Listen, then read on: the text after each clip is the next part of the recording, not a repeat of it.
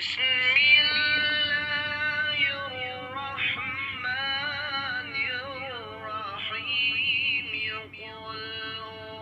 اللہ الرحمن الرحیم اللہم صلی علی محمد وآل محمد۔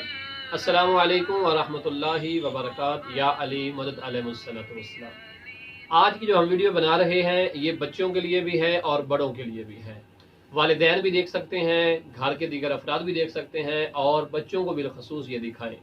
اس ویڈیو کا تعلق ہے شب قدر کے اعمال سے۔ 19 کی رات شیعہ مذہب کے مطابق شب قدر ہے، 21 کی رات اور 23 کی رات۔ ان تینوں راتوں میں اعمال انجام دینے ہیں اور کچھ اعمال ایسے ہیں جو آپ نے 19 کو بھی وہی کرنے ہیں، 21 کو سیم وہی کرنے ہیں اور 23 کو بھی سیم وہی کرنے ہیں۔ یہ پہلی قسم ہے۔ دوسری قسم اعمال کی یہ ہے کہ جو آپ 19 کو کرنے ہیں بس ختم، 21 کو کرنے ہیں ختم اور 23 کو کرنے ہیں ختم۔ یعنی اعمال دو طرح کے، ایک ایسے اعمال کی صورت بن گئی جو ہر رات کرنی ہے شب قدر کی جو رات ہوگی، اور ایک ایسے اعمال ہوں گے ایک صورت میں کہ جو آپ نے فقط اور فقط اسی دن کے ساتھ کرنے ہیں، دوبارہ وہ انجام نہیں دینے۔ تو آئیے اعمال کا آغاز کرتے ہیں۔ ہمارے ساتھ یہ پیارے پیارے بچے موجود ہیں اور ہم آپ کو جو ہے وہ پریکٹیکل کر کے دکھا رہے ہیں کہ آپ لوگوں نے یہ اعمال کس طرح سے خود کرنے ہیں اور بچوں کو ساتھ جو ہے وہ آپ نے بٹھا کر یہ اعمال کس طرح کروانے ہیں۔ تو یاد رہے کہ شب قدر کے اعمال کا جو آغاز آپ نے کرنا ہے 19 کی رات میں، تو سب سے پہلا عمل یہ کرنا ہے کہ 2 رکعت نماز پڑھنی ہے اور اس 2 رکعت نماز میں آپ نے الحمد کے بعد 7 دفعہ قل هو اللہ پڑھنی ہے۔ پہلی رکعت میں سیم دوسری رکعت بھی ایسے ہی پڑھی جائے، یعنی الحمد اور اس کے بعد 7 دفعہ قل هو اللہ۔ 2 رکعت نماز جیسے مکمل ہو آپ نے جائے نماز سے نہیں اٹھنا اور 70 دفعہ کہنا ہے استغفر اللہ واتوب الیہ۔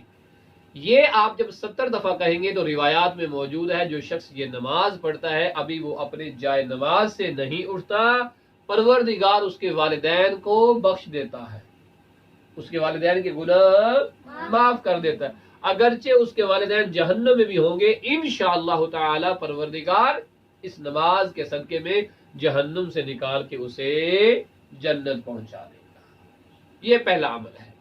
اس کے بعد یہ ہمارے پاس قرآن موجود ہیں، ہم بچوں کو دیتے ہیں، آپ کے پاس بھی قرآن ہونا چاہیے، اور ابھی ہم وہ طریقہ بتا رہے ہیں کہ آپ نے کس طرح دعا پڑھنی ہے اور اس کے ساتھ ساتھ آپ نے کس طرح سے جو ہے وہ یہ مختصر سا عمل، لیکن یہ بہت اہم عمل ہے۔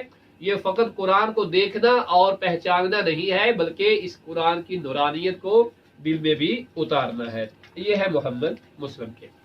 تو آئیے پیارے بچوں ہم جو ہے وہ اعمال شب قدر کا آغاز کرتے ہیں۔ یاد رہے شب قدر کی کتنی راتیں ہیں؟ کتنی راتیں ہیں؟ 3۔ 19 کی رات ہے، 21 کی رات ہے اور 23 کی رات ہے، یعنی 19، اس کے بعد 21، اس کے بعد 23۔ یہ شب قدر کی رات ہے جو 1000 مہینوں سے افضل رات ہے، اور اس رات میں قرآن مجید نازل ہوا تھا ہمارے پیارے نبی حضرت محمد صلی اللہ علیہ وآلہ وسلم پر۔ تو پیارے بچوں ایسے قرآن کو اپنے ہاتھ میں لینا ہے، آپ کھولنا چاہیں تو ایسے کھول سکتے ہیں، درست ہے، اور ایسے بھی رکھے تو کوئی حرج نہیں ہے۔ ایسے قرآن کو کھولنے کے بعد چاچو جو دعا پڑھنے لگے ہیں یہ دعا آپ لوگوں نے ایسے ہی پڑھنی ہے۔ بسم اللہ الرحمن الرحیم،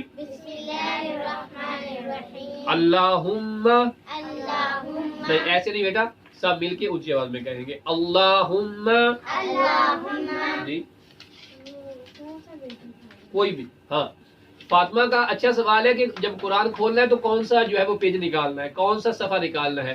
تو کہیں سے بھی قرآن نکال سکتے ہیں، قرآن کو ایسے بند بھی کر سکتے ہیں، اپنے ہاتھ میں بھی لے سکتے ہیں، کوئی حرج نہیں ہے، کہیں سے بھی نکال سکتے ہیں، لیکن آپ کی نگاہیں ایسے قرآن کے اوپر رہے، درست ہے، جو آپ کے ہاتھ میں ہے، اور میرے ساتھ مل کے آپ نے یہ دعا پڑھنی ہے۔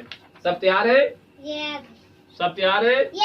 چلے مل کے پڑھتے ہیں۔ بسم اللہ الرحمن الرحیم، اللہم انی اسألکا بکتابکا المنزل وما فیہ وفیہ اسمک الاکبر واسماؤک الحسنی وما یخاف ویرجا ان تجعلنی من